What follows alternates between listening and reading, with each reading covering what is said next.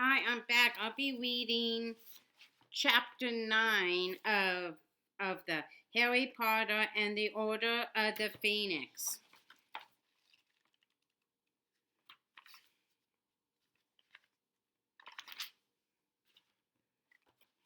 Chapter 9. The Woes of Miss Weasley. Dumbledore's abrupt departure took Harry completely by surprise. He remained sitting where he was in the chain chair, struggling with his feelings of shock and relief. The WIZENGAMOT were all getting to their feet, talking and gathering up their papers and packing them away. Harry stood up. Nobody seemed to be paying him the slightest bit of attention except the toad-like witch on Fudge's right, who was now gazing down at him instead of uh, at Dumbledore. At Dumbledore. Ignoring her, he tried to catch Fudge's eye on Madame Bones, wanting to ask whether he was free to go, but Fudge seemed quite determined not to notice Harry, and Madame Bones was busy with a briefcase, so he took a few tentative steps toward the exit, and when nobody called him back, broke into a very fast walk. He took the last few steps at a run, wrenched open the door, wrenched open the door, and almost collided with Mr. Weasley, who was standing right outside, looking pale and princely as Dumbledore didn't say cleared. Harry said, pulling the door closed behind him. Of all charges, of all charges. Beaming, Mr. Weasley seized Harry by the shoulders. Harry, that's wonderful. Well, of course, they couldn't have found you guilty, not on the evidence, but even so, I can't pretend I wasn't. But Mr. Weasley broke off because the courtroom door had just opened again. The WIZENGAMOT were filing out. Merlin's board, said Mr. Weasley wonderingly, pulling Harry aside to let them all pass. You were tried by the full court? I think so, said Harry quietly. One or two of the passing wizards nodded to Harry as as they passed, and a few, including Madame Bones, said Morning Arthur to Mr. Weasley, but most averted their eyes. Their eyes. Cornelius Fudge and the toad-like witch were almost the last to leave the dungeon. Fudge acted as though Mr. Weasley and Harry were part of the wall, but again, the witch looked almost appraisingly at Harry as she passed. Last of all, to pass was Percy. Like Fudge, he completely ignored his father and Harry. He marched past, clutching a large roll of parchment and a handful of spare quills, his back rigged and his nose in the air. The lines around Mr. Weasley's mouth tightened slightly, but other than this, he gave no sign that he had noticed his third son.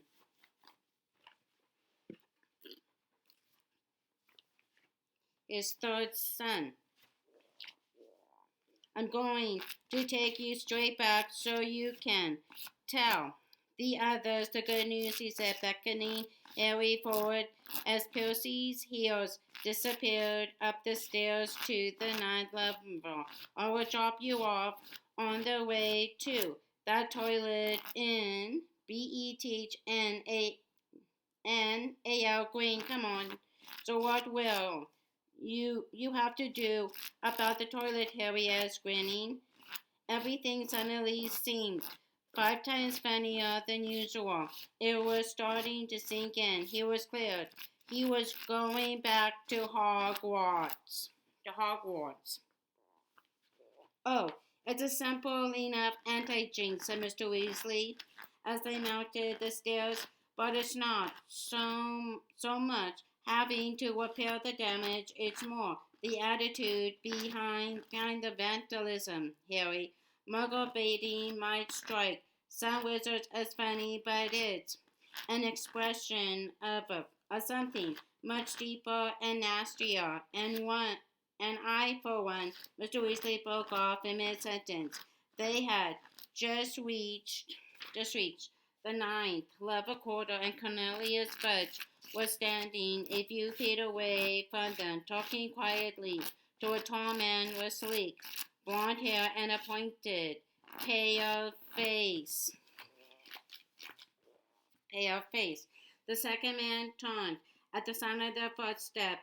He too broke off in mid-conversation. His cold gray eyes narrowed and fixed upon Harry's face. Well, Patronus Potter, said Lucas Malfoy coldly. Harry felt winded as though he had just walked into something heavy. He had last seen those cool gray eyes through slits in a Death Eater's hood, and last heard that man's voice jeering in a dark graveyard while Lord Voldemort tortured him. He could not believe that Lucas Malfoy dare look him in the face. He could not believe that he was here in the Ministry of Magic, or that Cornelius Fudge was talking to him when Harry had told Fudge mere weeks ago that Malfoy was a Death Eater. The Ministry was just telling me about your lucky escape, Potter, drawled Mr. Malfoy. Crowd us down the scene.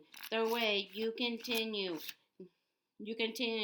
to wiggle out a very tight hose, snake-like, in fact. Mr. Weasley gripped Harry's shoulder in warning. Yeah, said Harry, yeah. I'm good at escaping Lucas Malfoy's ways. He raised his eyes to Mr. Weasley's face. And Arthur Weasley, too. What are you doing here, Arthur? I work here, said Mr. Weasley shortly. Not here, sorry, said Mr. Malfoy, raising his eyebrows and glancing toward the door over Mr. Weasley's shoulder. I thought you were up on the second floor. Don't you do something that involves sneaking Muggle artifacts home and bewitching them? No, said Mr. Weasley curtly, his fingers now biting into Harry's shoulder. What are you doing here anyway? Harry asked Lucas Malfoy. I don't think private matters between myself and the minister are any concern of yours, Potter, said Malfoy, smoothing the front of his words. Harry distinctly heard the gentle clicking of what sounded like a full pocket of gold. Really, just because you are Dumbledore's favorite boy, you must not expect the same indulgence from the rest of us. Shall we go up to your office then, Minister? Certainly, said Fudge, turning his back on Harry and Mr. Weasley. This way, Lucas. They strolled off together, talking in low voices. Mr. Weasley did not let go of Harry's shoulder until they had disappeared into the lift. Why wasn't he waiting outside Fudge's office? If they have got business to do together, Harry burst out furiously. What was he doing down here? Trying to sneak down to the courtroom? If you ask me, said Mr. Weasley, looking extremely aggravated as he glanced over his shoulder, as though, making sure they could not be overheard, trying to find out whether you've been expelled or not. I will leave a note for Dumbledore when I drop you off. He ought to know Malfoy's been talking to Fudge again. What private business have they got together anyway? Gold, I expect, said Mr. Weasley angrily. Malfoy's been giving generously to all sorts of things for years. Gets him in with the white people. Then he can ask favors, delay laws he doesn't want passed. He's very well connected, Lucas Malfoy. The lifted wife, it was empty except for a flock of memos that flapped around Mr. Weasley's head as he pressed the button for the auditorium and the doors clanged shut. He waved them away irritably. Mr. Weasley, said Harry slowly, if Fudge is meeting Death Eaters like Malfoy, if he's seen them alone, how do we know? How do we know they haven't put the IMPERIUS curse on him? Don't think it hadn't occurred to us, Harry muttered Mr. Weasley. But Dumbledore thinks Fudge is acting of his own accord at the moment, which, as Dumbledore says, is not a lot of comfort. Best not talk about it anymore just now, Harry. The door slid open, and they stepped out into the now almost deserted auditorium. Eric, the security man, was hiding behind his daily prophet again. They walked straight past the golden fountain before Harry remembered. Wait, he told Mr. Weasley, and pulling his money bag from his pocket, he turned back to the fountain. He looked up into the handsome wizard's face. But up close, Harry thought he looked rather weak and foolish. The witch was wearing a vapid smile like a beauty contestant. But from what? Harry knew.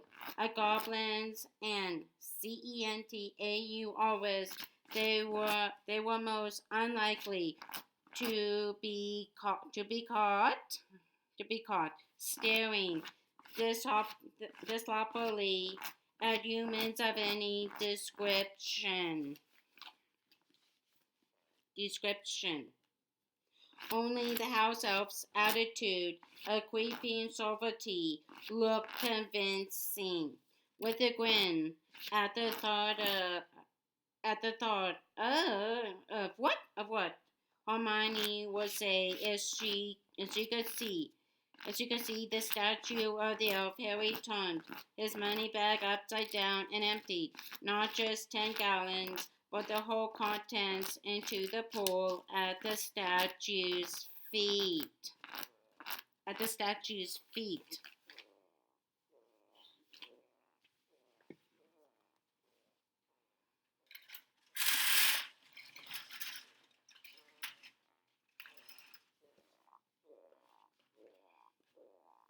I knew it, yelled Ron, punching the air. You always get away with stuff. They were bound to clear you, said Hermione, who had looked positively pink with anxiety when Harry had entered the kitchen and was now holding a shaking hand over her eyes. There was no case against you, none at all. Everyone seems quite relieved, though considering they are new-eyed. Get off, Harry, smiling. Miss Weasley was wiping her face on her apron, and Fred, George, and Ginny were doing a kind of war dance to a chant that went, he got off, he got off, he got off. That's enough. Settle down, shouted Miss Weasley, though he too was smiling. Listen, Sirius, Lucas Malfoy was at the ministry. What? Said Sirius sharply. He got off. Be quiet, you three. Yes, we saw him talking to Fudge on level 9. Then they went up to Fudge's office together. Dumbledore ought to know. Ought to know. Absolutely, said Sirius. We will tell him. Don't worry. Well, I better get going. There's a vomiting toilet in BETHNAL Green waiting for me. Waiting for me, Molly. I will be late.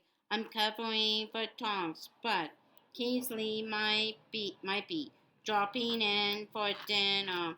He got off.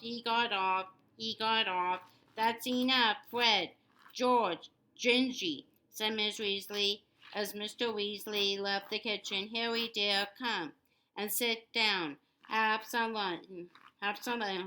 You hardly ate breakfast.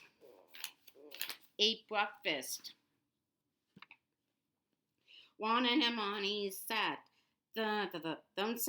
themselves down opposite him, looking happier than they had done since he had first arrived at number 12 Grimmauld Place, and he was feeling a giddy relief, which had been somewhat dented by his encounter with Lucas Malfoy. Swelled again, the gloomy house seemed warmer and more welcoming all of a sudden. Even Kreachr looked less ugly as he poked his snout-like nose into the kitchen to investigate the source of all the noise. Of course, once Dumbledore turned up on your side, there was no way they were going to convict you so unhappily. Now dishing great mounds of a mashed potato onto everyone's plate. He he swung it for me, said Harry. He felt that it would sound highly ungrateful, not to mention childish, to say I wish he talked to me though, or even looked at me. And as he thought this, the scar on his forehead burned so badly that he clapped his hand to it. What's up? Said Hermione, looking alarmed. Scar, Harry mumbled, but it's nothing. It happens all the time now. None of the others had noticed a thing. All of them were now helping themselves to food while gloating over Harry's narrow escape. Fred, George, and Gingy were still singing. Hermione looked rather anxious. But before she could say anything, Ron said happily, I bet Dumbledore turns up this evening to celebrate with us, you know. I don't think he will be able to, answer Miss Weasley, setting a huge plate of roast chicken down in front of Harry. He's really very busy at the moment. He got off. Shut up, roared Miss Weasley. Over the next few days, Harry could not help noticing that there was one person within number 12 Grimmauld Place who did not seem wholly overjoyed that he would be returning to Hogwarts. Sirius had put up a very good show of happiness on first hearing the news, wringing Harry's hand and beaming, just like the rest of them. Soon, however, it was moodier and sorrier than ever before, talking less to everybody, even Harry, and spending increasing amounts of time shut up in his mother's room with feet, with buckbeat, with buckbeat. Don't you go feeling guilty, said Hermione sternly, after Harry had confided some of his feelings to her and Ron. Why are they scrubbed out a moldy cupboard on the third floor a few days later? You belong at Hogwarts, and Sirius knows it. Personally, I think he's being selfish. That's a bit harsh, Hermione, said Ron, frowning as he attempted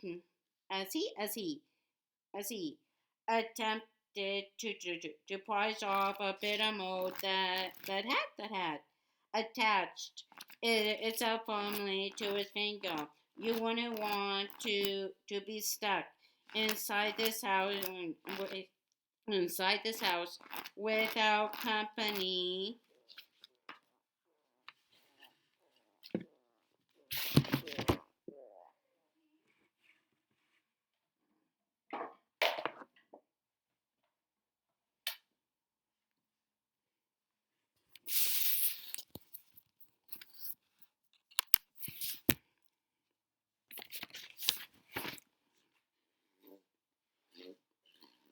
Without company. He will have company, said Hermione.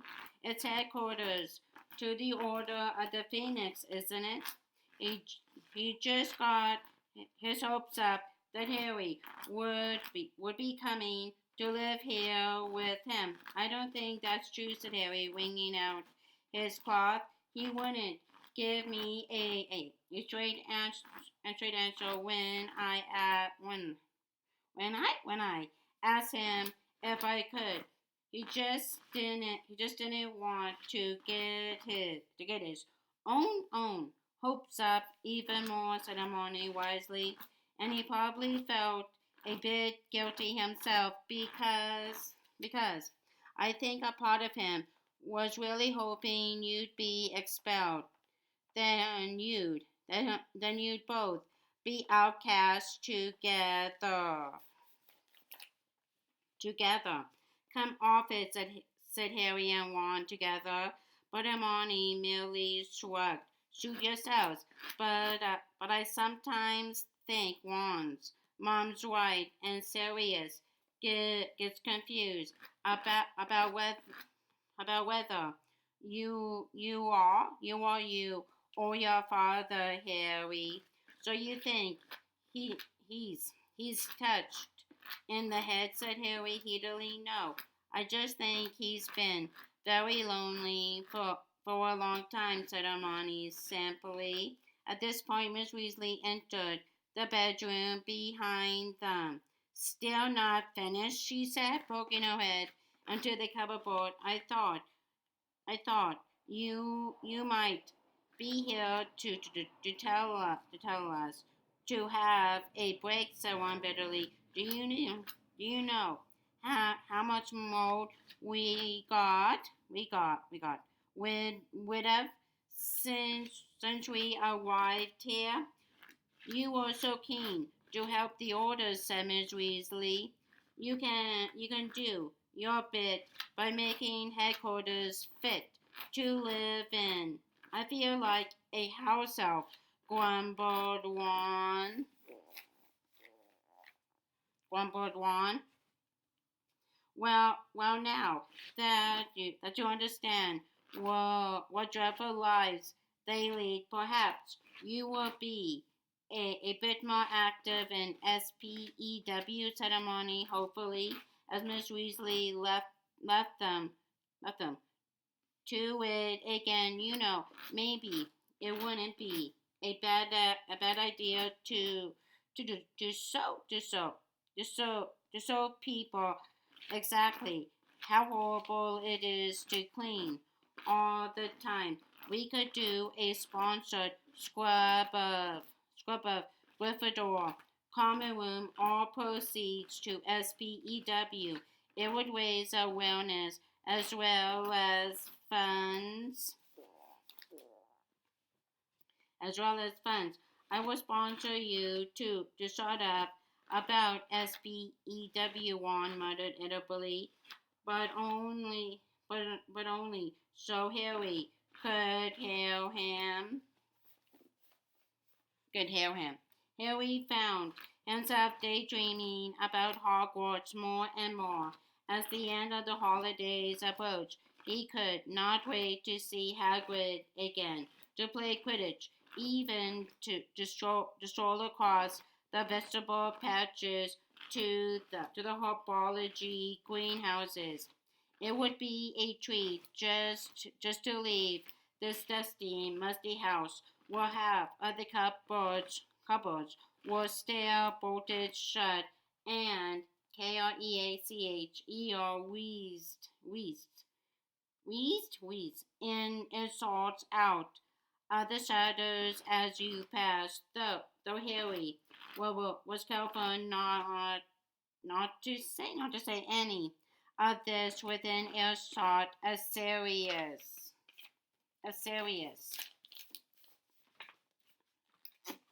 The fact was that living at the headquarters of the anti-Baltimore movement was not nearly as interesting or exciting as Harry would have expected have, ex- have expected before he experienced it.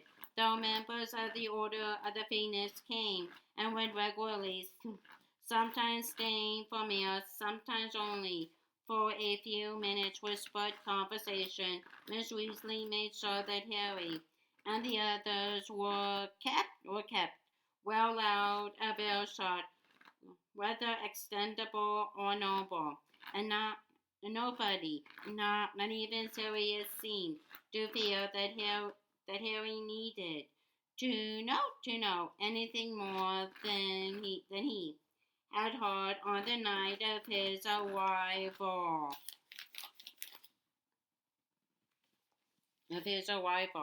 On the very last day of the holidays, Harry was sweeping up Hedwig's hour droppings from the top of the railroad when Ron entered the bedroom carrying a couple of envelopes.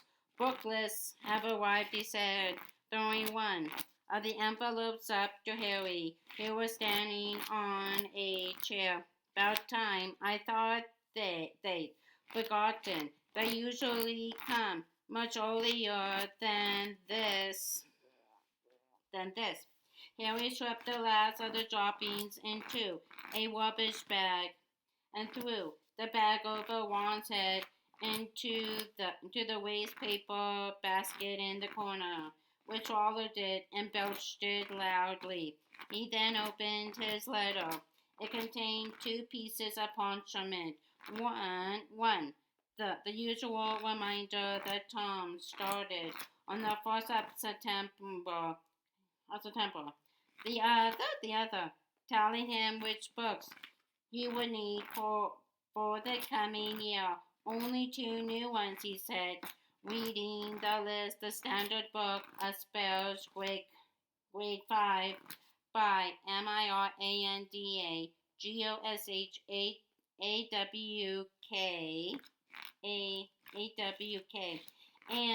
and Defensive Magical Theory by Wilbur Slaycott Crack.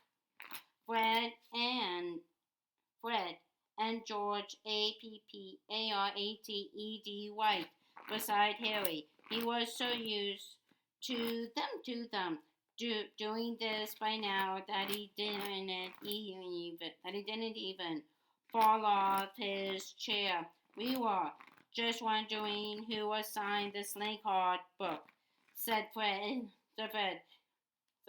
conversationally, because it means Dumbledore's found a new defense against the dark arts teacher, said George.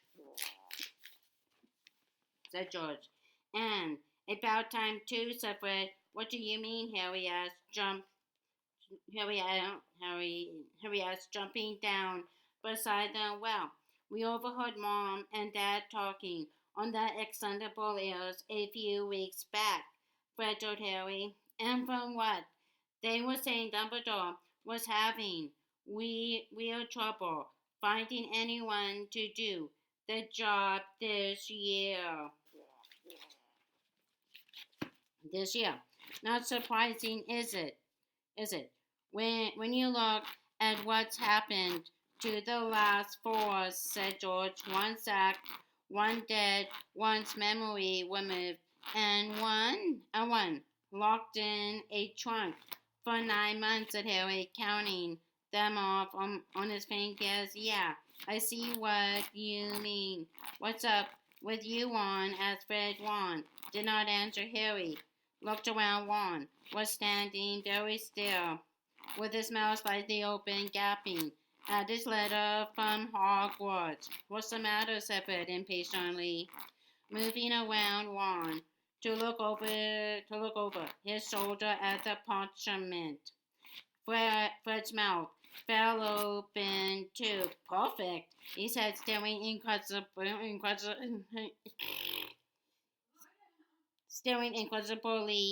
at the letter. Perfect. George leaped forward, seized the envelope in Ron's other hand, and turned it upside down. Harry saw something scarlet and gold fall into George's palm. No way, said George in a hushed voice. There's been a mistake, said Fred, snatching the letter out of Ron's grasp and holding it up to the light as though checking for a watermark. No one in their right mind would make one a perfect. The twins' heads turned in unison, and both of them stared at Harry.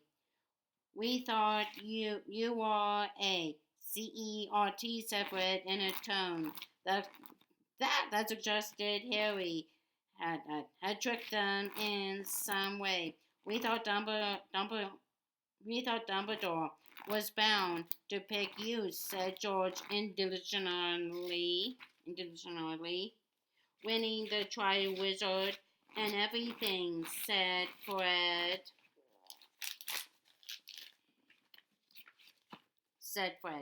I suppose all the mad stuff must have counted against him, said George to Fred. Yeah, said Fred slowly.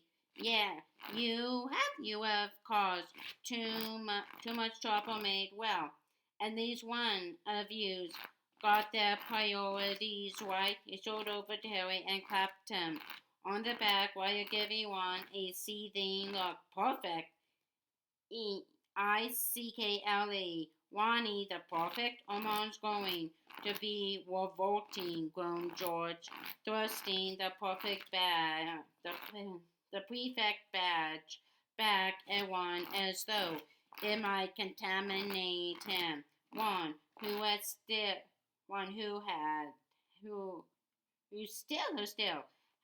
not said a word, took the badge, stared at it for a moment, then held it out to Harry as though asking mutely for confirmation that it was genuine. Harry took it. A large P was superimposed on the Gryffindor lion. He had seen a badge just like this on Perry's chest on his very first day at Hogwarts. The door banged open. Hermione came tearing into the room, her cheeks flushed and her hair flying. There was an envelope in her hand. Did you get? She spotted the badge in Harry's hand and let out a shriek. I knew it, she said excitedly, banishing her letter. Me too. Harry, me too. No, said Harry quickly, pushing the badge back into Ron's hand. It's Ron, not me. What?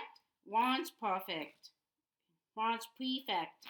Not me, Harry said. Ron, said Hermione, her jaw dropping. But are you sure? I mean, she turned red. As Ron looked around at her with a defiant expression on his face. It's my name on the letter, he said. I said Hermione, looking thoroughly wild-eyed. Well, wow. Well done, Ron. That's really unexpected, said George, nodding. No, said Hermione, blushing harder than ever. No, it's not. Ron's done loads of. He's really. The door behind her opened a little wider, and Miss Weasley backed into the room carrying a pail of freshly laundered robes. Jeanie said the book list had come at last, she said, glancing around at all the envelopes as she made her way over to the bed and started sorting the robes into two piles. If you get them to me, I will take them over to I would take them over to Dagon Alley this afternoon and get your books while you are packing one. I will have to get you more pajamas. These are at least 6 inches too short. I can't believe how fast you are growing. What color would you like? Would you like? Would you like? Get 'em red and gold to match his badge, said George, smoking. Matches what? Said Miss Weasley absently, rolling up a pair of maroon socks and placing them on Ron's pile. His badge, said Fred, with the air of getting the worst over quickly. His lovely, shiny new prefect's badge. Fred George took a moment to penetrate Miss Weasley's preoccupation about pajamas. His, but Ron, you are not Ron. Held up his badge. Miss Weasley let out a shriek just like Hermione's. I don't believe it. I don't believe it. Oh, Ron, how wonderful. A prefect. That's everyone in the family. What of Fred and I, next door neighbors, said George indulgently, as his mother pushed him aside and flung her arms around her youngest son. Wait until your father hears. Ron, I am so proud of you. What wonderful news you could end up head boy, just like Bill and Percy. It's the first step. Oh, what a thing to happen in the middle of all this. Of all this worry, I'm just thrilled. Oh, Ronnie, Fred, and George were both making loud wrenching noises behind or back, but Miss Weasley did not notice. Arms tight around Ron's neck. She was kissing him all over his face, which had turned a brighter scarlet than his badge. Mom, don't, Mom. Get a grip, he muttered, trying to push her away. She let go of him and said breathlessly, What? And said breathlessly, Well, what will it be? We gave Percy an hour, but you have already got one, of course. What do you mean? Said Ron, looking as though he did not dare believe his ears. You have got to have a reward for this, said Miss Weasley fondly. How about a nice new set of dress robes? Well, dress robes. We have already bought handsome, said Fred sourly, who looked as though he sincerely regretted this generosity or a new cauldron. Charlie's old ones rushing through or a new rat. You always liked scabbards, Mom, so said one hopefully. Can I have a new broom? Miss Weasley's face fell slightly. Broomsticks were expensive. Not a really good one, Ron hastened to add. Just a new one for a change? Miss Weasley hesitated, then smiled. Of course you can. Well, I better get going if I have got a broom to buy too. I will see you all later. Little Wani a perfect. And don't forget to pack your trunks a perfect. Oh, I am all of a dither. She gave Ron yet another kiss on the cheek, sniffed loudly, and bustled from the room. Fred and George exchanged looks. You don't mind if we don't kiss you, do you, want? Said Fred in a falsely anxious voice. We could curtsy if you like, said George. Oh, shut up, said Juan, scowling at them. Or what, said Fred, an evil grin spreading across his face. Going to put us in detention. In detention. I'd love to see him try, sniggered George.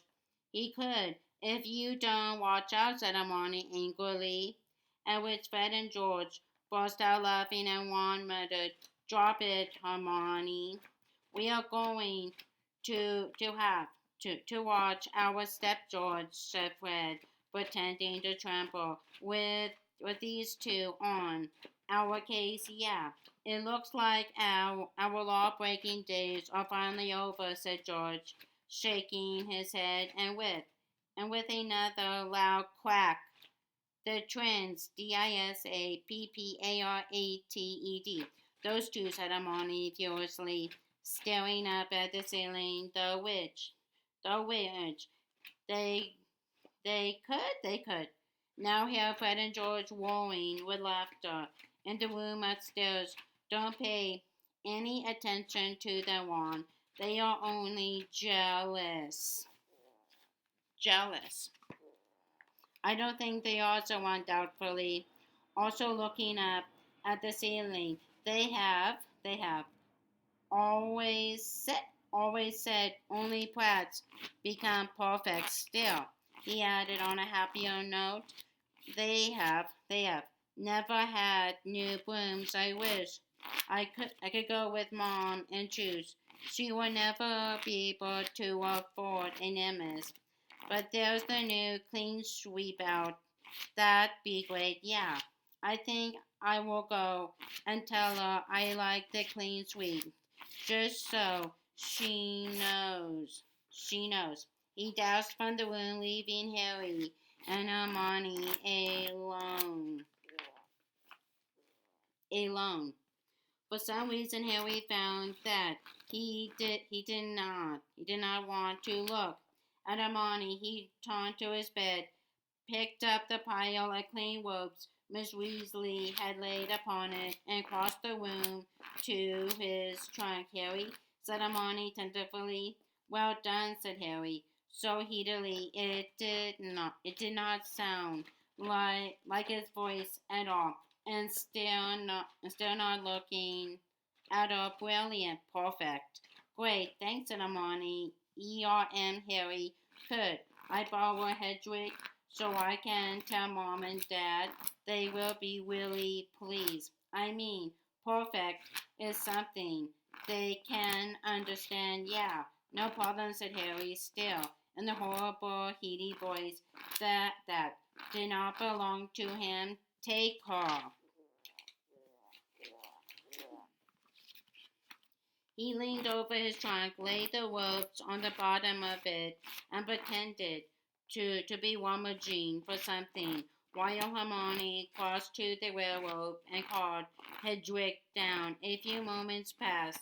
Harry heard the door close, but remained bent double, listening. The only sounds he could hear were the blank pictures on the wall sniggering again, and the wastepaper basket in the corner coughing up the hour droppings. He straightened up and looked behind him. Hermione and Hedwig had gone. Harry hurried across the room, closed the door. then returned slowly to his bed and sank onto it, gazing unceasingly at the foot of the well hope.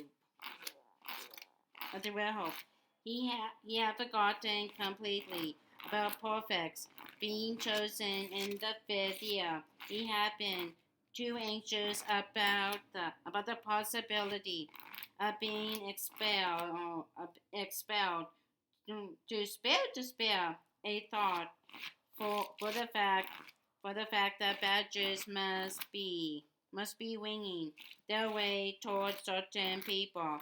But if he had thought about it, what would he have expected? Not this, said a small and truthful voice inside his head. Inside his head. Harry screwed up his face and buried it in his hands. He could not lie to himself. If he had known the prefect badge was on its way, he would have expected it to come to him not once. Did this make him as arrogant as Draco Malfoy? Did he think himself superior to everyone else? Did he really believe he was better than Ron? No, said the small voice defiantly. Was that true? Harry wondered, anxiously probing his own feelings. I'm better at Quidditch, said the voice, but I'm not better at anything else. That was definitely true, Harry thought. He was no better than Ron in lessons. But what? But what? But what about outside lessons? What about those adventures he, Ron, and Hermione had together since they had started at Hogwarts? Often risking much worse than expulsion, where Ron and Hermione were with me most of the time, said the voice in Harry's head. Not all the time, thought Harry. Not all the time, though. Harry argued with himself. They didn't fight. They didn't fight. Quirrell with me. They didn't take on Riddle and the Basilisk. They didn't get rid of all those Dementors the night Sirius escaped. They weren't in that graveyard with me the night Baltimore returned. And the same feeling of air usage that had overwhelmed him on the night he had arrived. He had arrived rose again. I have definitely done more, Harry thought intentionally. I have done more than either of them, but maybe, said the small voice fairly, maybe Dumbledore doesn't choose Porphyx because they they have got they have got they have got themselves into a load of dangerous situations. Maybe he chooses them for other reasons. One must have something you don't.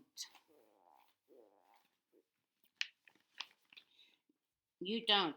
Harry opened his eyes and stared through his fingers at the werewolf's clawing feet, remembering what Fred had said. No one in their right mind would make Ron a prefect. Harry gave a small snort of laughter. A second later, he felt sickened with himself. Ron had not asked Dumbledore to give him the prefect badge. This was not Ron's fault. Was he, Harry, Ron's best friend in the world, going to stop because he didn't have a badge left? with the twins behind Juan's back. Ruined this for Juan when, for the for the first time, he had he had beaten Harry at something. At this point, Harry heard Juan's footsteps on the stairs again. He stood up, straightened his glasses, and hitched a grin onto his face as Juan bounded back through the door. Just caught her, he said happily. She says she will get the clean sweep if she can. Cool, Harry said, and he was relieved to hear that his voice had stopped sounding stopped sounding hearty. Listen, Juan. Well done, mate. The smile faded off Juan's face. I never thought it would be me, he said, shaking his head. I thought it would be you. Now, I have caused too much trouble, Harry said, echoing Fred. Yeah, so on, yeah, I suppose. Well, we better get get our trunks packed, hadn't we? Hadn't we? It was odd. It was odd. How widely their possessions seemed to have scattered themselves since they had arrived. It took them most of the afternoon to retrieve their books and belongings from all over the house and stow them back inside the school trunks. Harry noticed that Juan kept moving his perfect badge around, first placing it on his bedside table, then putting it into his jeans pocket, then taking it out and laying it on his folded robes, uh, as though to see the effect of the red on the black. Only when Fred and George dropped in and offered to attach it to his forehead with a permanent sticking charm. Did he wrap it tenderly in his maroon socks and lock it in his trunk. Miss Weasley returned from Diagon Alley around 6 o'clock, laden with books and carrying a large package wrapped in thick brown paper that in thick brown paper that Ron took from her with a moan of longing. Never mind unwrapping it now, people are arriving for dinner. I want you all downstairs, she said. But the moment she was outside Ron whipped off the paper in a frenzy and examined every inch of his new broom, an ecstatic expression on his face.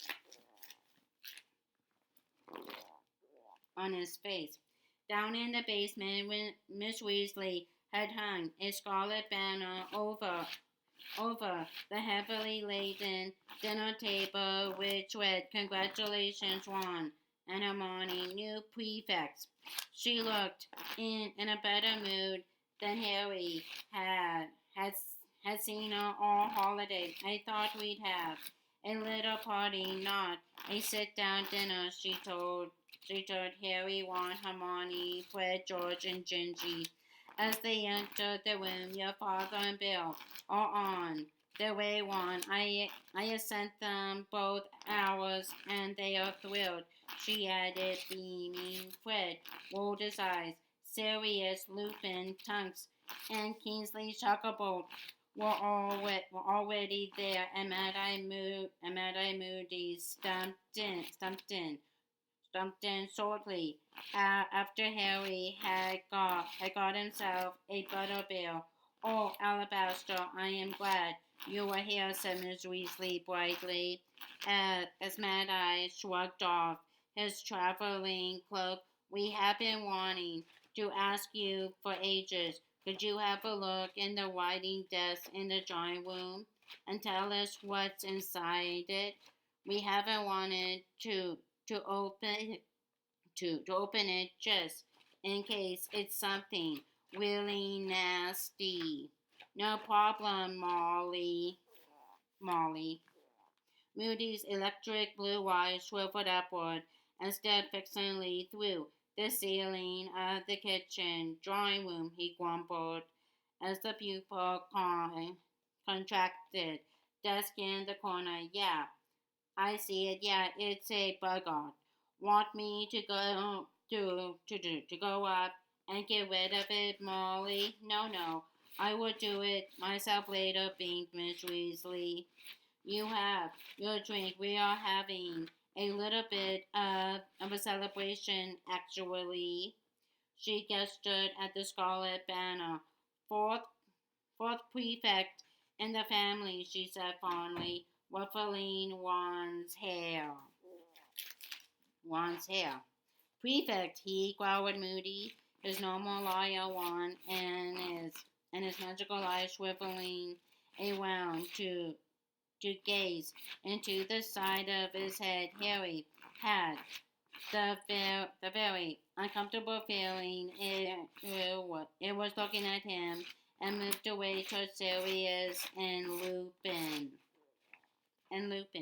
Well, congratulations, said Moody, still glaring at Ron with his normal eye. Authority figures always attract trouble, but I suppose Dumbledore thinks you can withstand most major jinx, or he wouldn't have appointed you. Ron looked rather startled at this view of the matter, but would say the trouble of responding by the arrival of his father and eldest brother. Miss Weasley was in such a good mood she did not even complain that they had brought MUNDUNGUS with them too. He was wearing a long overcoat that seemed oddly lumpy in unlikely places and declined the offer to remove it and put it with Moody's traveling cloak. Well, I think a toast is in order, said Mr. Weasley. When everyone had a drink, he raised his goblet to Ron and Hermione, the new Gryffindor prefects. Prefects.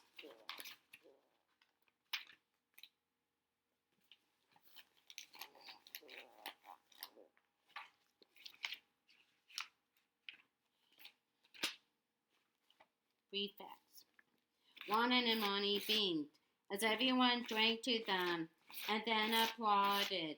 I was never a prefect myself, said Tonks brightly from behind Harry, as everybody moved toward the table to help themselves to food. Her hair was tomato red and waist length today. She looked like Ginny's older sister. My head of house my head of house said, I lack certain and I lack certain necessary qualities like what said Genji, who was choosing a baked potato, like the ability to behave myself, said Tonks. Gingy laughed. Hermione looked as though she did not know whether to smile or not, and compromised by taking an extra large gulp of butterbeer and choking on it. What about you, Sirius? Gingy asked, thumping Hermione on the back. Sirius, who was right beside Harry, let out his usual bark like laugh. No one would have made me a perfect. I spent too much time in detention with James. Lupin was a good boy. He got the badge. The badge. I think Dumbledore might have hoped that I would be able to exercise some control over my best friend, Sir Lupin. I need I need scarcely say that I failed dismayingly. Harry's mood suddenly lifted. His father had not been a perfect either. All at once the party seemed much more enjoyable. He loaded up his plate, feeling unusually fond of everyone in the room. One was Rhapsodizing about his new broom to anybody who would listen. Not not to not to 70 in 10 seconds. Not bad, is it? When you think the comment too 90s only not 260, and that's with a decent tailwind, according to which Broomstick Harmony was talking very earnestly to Lupin about a view of Elf Rights. I mean, it's the same kind of nonsense as werewolf segregation, isn't it? It all stems from this horrible thing wizards have are thinking they are superior to other creatures.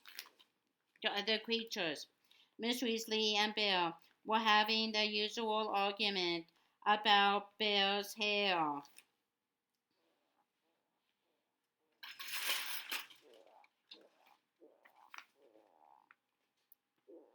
About Bill's hair.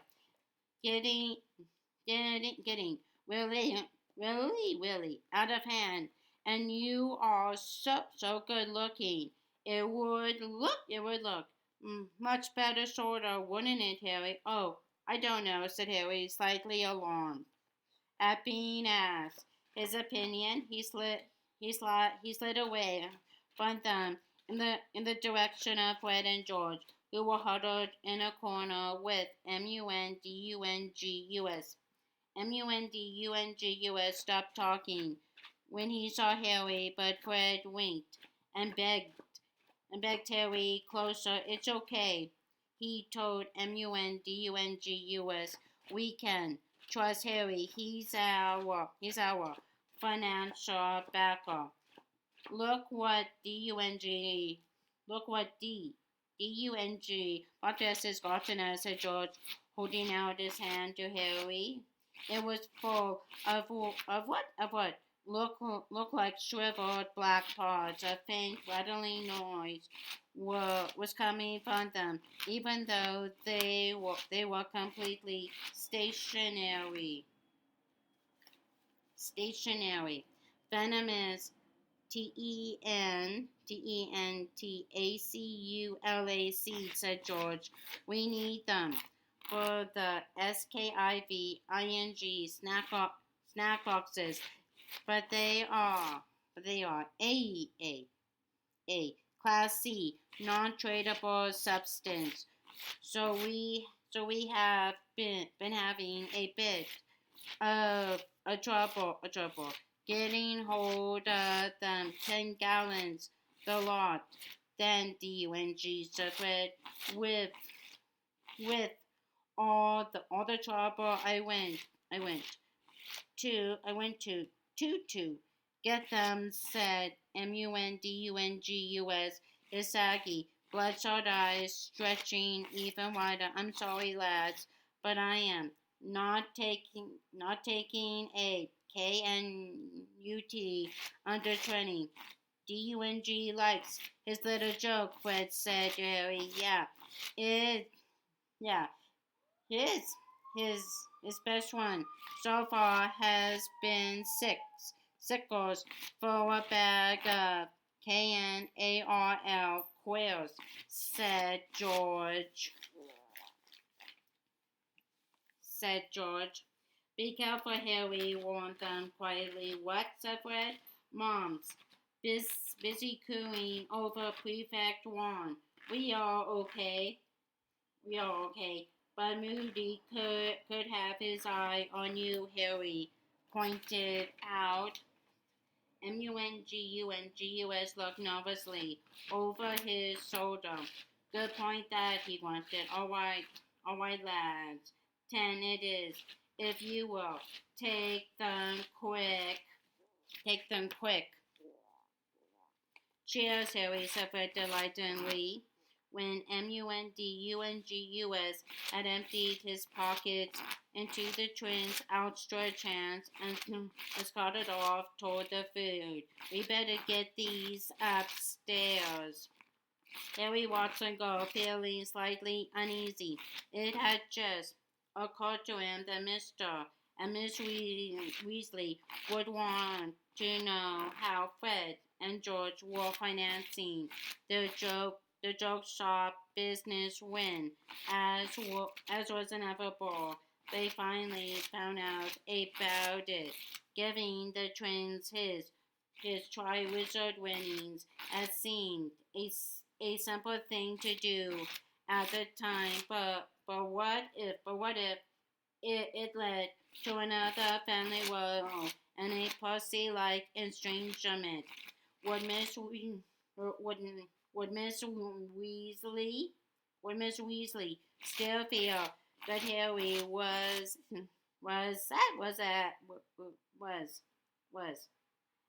as good as her son if she found out he had made it possible for Fred and George to start a career she thought quite unsuitable.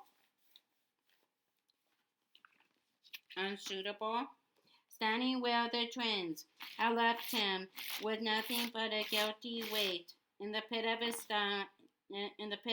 his stomach for company, Harry caught the sound of his own name. Kingsley Shacklebolt Steve's voice was audible, even over the surrounding chatter. Why, Dumbledore didn't make Potter a perfect, said Kingsley. He will have had his reasons, replied Lupin, but it would have shown confidence in him. It's what I'd have done, persisted Kingsley, especially with the Daily Prophet having a go at him every few days. Harry did not look around. He did not want Lupin or Kingsley to know he had heard. He followed Mungus back toward the table, though not remotely hungry. His pleasure in the party had evaporated as quickly as it had come. He wished he were upstairs in bed. Mad-Eye Moody was sniffing a chicken leg with what remained of his nose. Evidently, he could not detect any trace of poison because he then tore a because he then tore a strip off it with his teeth.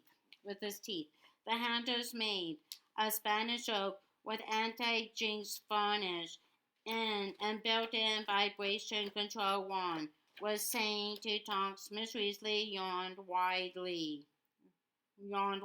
Well, I think I was sold out that Boggart before I turn in Arthur. I don't want this lot up too late. All right, night, Harry dear. She left the kitchen. Harry set down his plate and wondered whether he could follow her without attracting attention. You, all right, Potter, grunted Moody. Yeah, fine, lied Harry. Moody took a swig from his hip flask, his electric blue eyes staring sideways at Harry. Come here. I got something that might interest you, he said. From an inner pocket of his robes, Moody pulled a very tattered old wizarding photograph. Original Order of the Phoenix, growled Moody. Found it. last night when I was looking for my spare looking for my spare invisibility cloak, seen as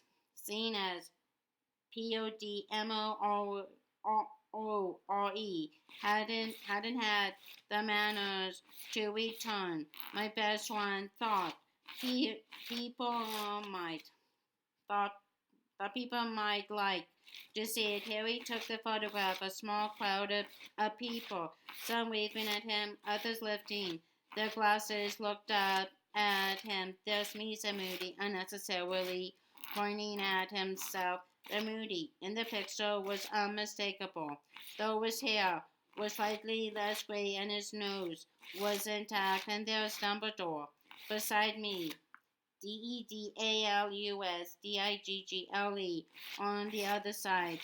That MARLENEMCKINNON. She was killed 2 weeks after this was taken. They got her whole family. That's Frank and Alice Longbottom. Harry's stomach, already uncomfortable, clenched as he looked at Alice Longbottom. He knew her round, friendly face very well, even though he had never met her because she was the image of her son Neville. Neville. Poor devil, growled Moody. Better, better dead than what? Then what happened to them? And that's EMMELINEVANCE. You met her. And this Lupin obviously BENJYFENWICK. He too. He copped it. He copped it too. We were only we only ever found bits of him. Shift aside there, he added, poking the picture and the little photograph, the little photographic paper edged sideways, so that those who were partially obscured could move to the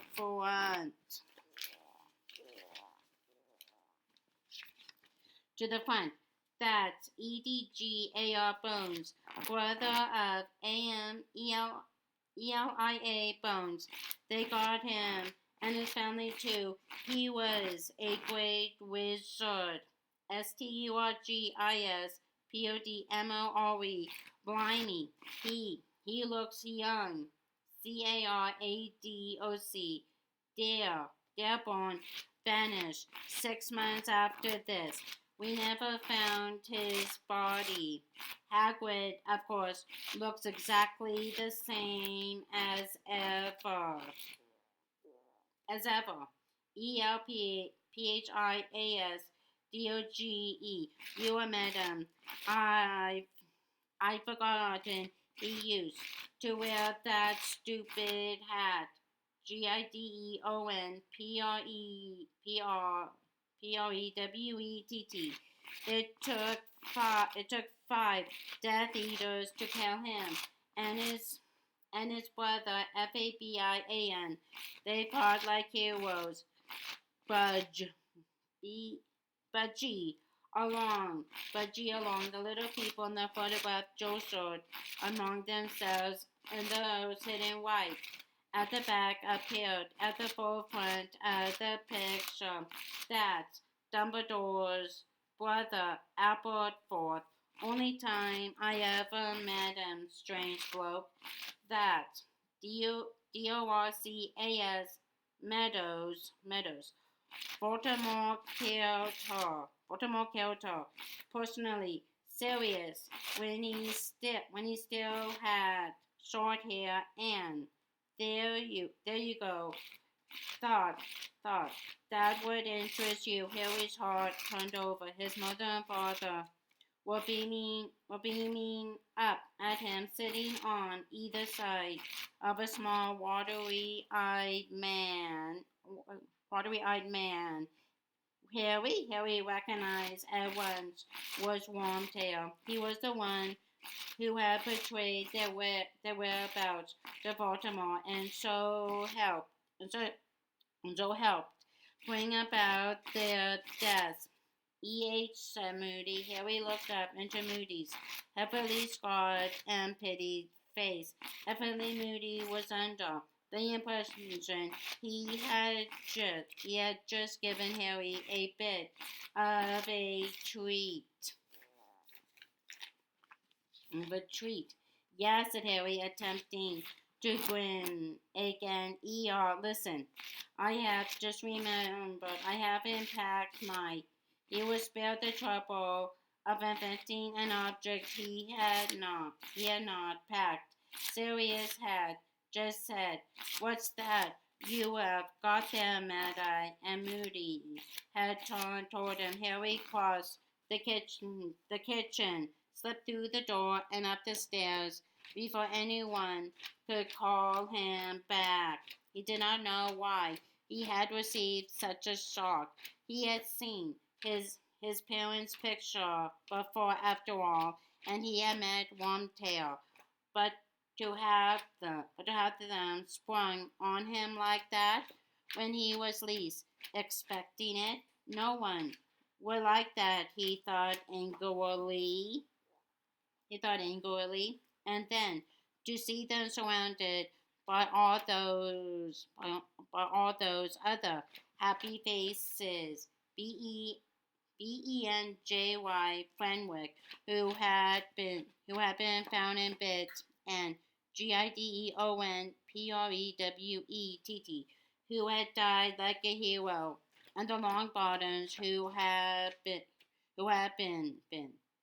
been tortured into madness, all waving happily out of the photograph forevermore, not knowing that they were doomed. Well, Moody might find that interesting.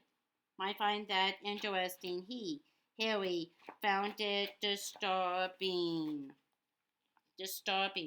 Harry tiptoed up the stairs and the hall, past the stuffed elf-heads, glad to be on his own again. But as he approached the first landing, he heard noises. Someone was sobbing in the drawing room. "Hello, Harry," Harry said. There was no answer, but the sobbing continued. He climbed the remaining stairs two at a time, walked across the landing, and opened the drawing room door. Someone was cowering against the dark wall, her wand in her hand, her whole body shaking with sobs, sprawled on the dusty old carpet in a patch of moonlight, clearly dead, was Ron.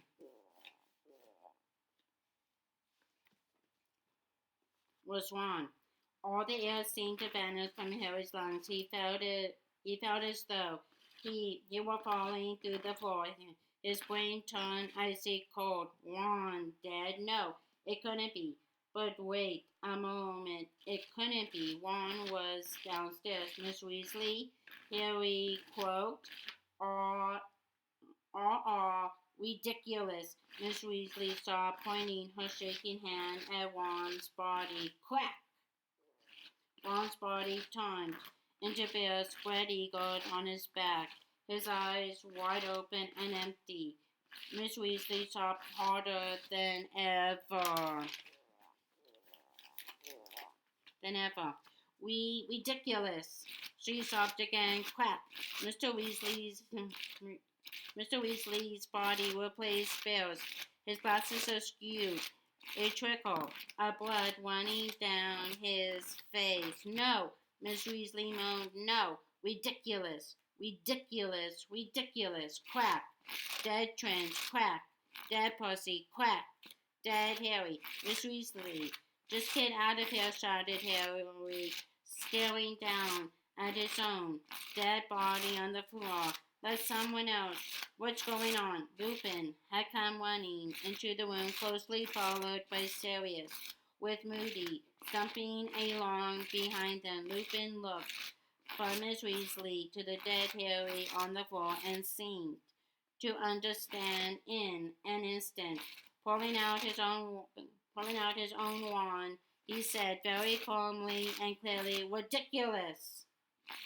Harry's body vanished. A silvery orb hung in the air over the spot where it had lain. Lupin waved his wand once more, and the orb vanished in a puff of smoke. Oh, gulped Miss Weasley, and she broke into a storm of crying, her face in her hands. "Molly," said Lupin weakly, walking over to her. "Molly, don't." Next second, she was sobbing, her heart out on Lupin's shoulder. "Molly, it was just a bugard," he said soothingly, patting her on the head. "Just a stupid bugard. I see them, dead all the time." Miss Weasley moaned into his shoulder. "All the time. I dream about it." Sirius was staring at the patch of carpet where the bugard, pretending to be Harry's body, had lain. Moody was looking at Harry, who avoided his gaze. He had a funny feeling Moody's magical eye had followed him all the way out of the kitchen. Don't tell Arthur." Miss Weasley was gulping now, mopping her eyes frantically with her cups. I, Dee don't want him to know. Being silly, Lupin handed her a handkerchief, and she blew her nose. "Harry, I am so sorry.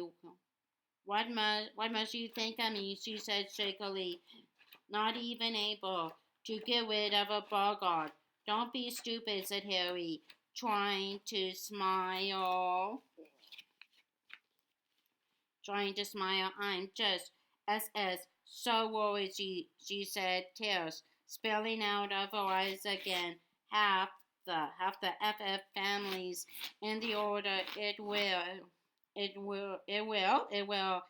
be a miracle if we all come through this. And PP Pussy's not talking to us. What if something dreadful happens and we had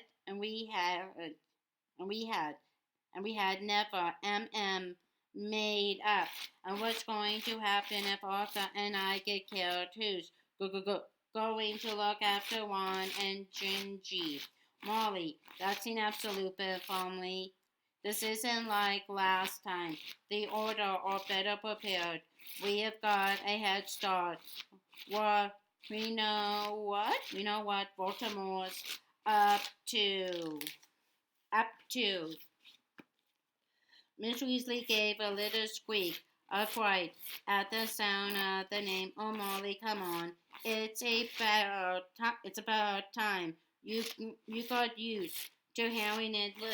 Look, I can't promise no one's going to get hurt. No, nobody can promise that. But we are much better off than we were last time you weren't in the Order. Then you don't understand. Last time we were outnumbered 20-1 by the Death Eaters, and they were picking us off one by one. Harry thought of the photograph again. of his parents' beaming faces. He knew Moody was still watching him. "Don't worry about Pussy," said Sirius abruptly. "He'll come well. It's a matter of time before Baltimore moves into the open. Once he does, the whole ministry is going to be begging us to forget them and and and I am not sure I will be accepting their apology," he added bitterly. "And as for who's going to look after Juan and Gingy, if you and Arthur Dyson Lupin smile slightly, what do you think? What do you think? We do. Let them starve. Let them starve." Miss Weasley smiled Miss Weasley smiled Thomasorly. "Being silly," she muttered again, mopping her eyes. But Harry, closing his bedroom door behind him some 10 minutes later, could not think Miss Weasley silly. He could still see his parents beaming up at him from the tattered old photograph, unaware that their lives, like so many of those around them, were drawing to a close. The image of the Boggart posing as the corpse of each member of Miss Weasley's family in turn kept flashing before his eyes. Without warning, the scar on his forehead seared with pain again, and his stomach turned horribly. "Cut it out," he said firmly, rubbing the scar as the pain receded again. "First sign of madness, talking to your own head," said a sly voice from the empty picture on the wall. Harry ignored it. He felt older than he had ever felt in his life, and it seemed extraordinary to him that barely an hour ago he had been worried about a joke shop and who had gotten a prefect's badge. Okay, that's the end of chapter 9. Okay, bye for now. Yep.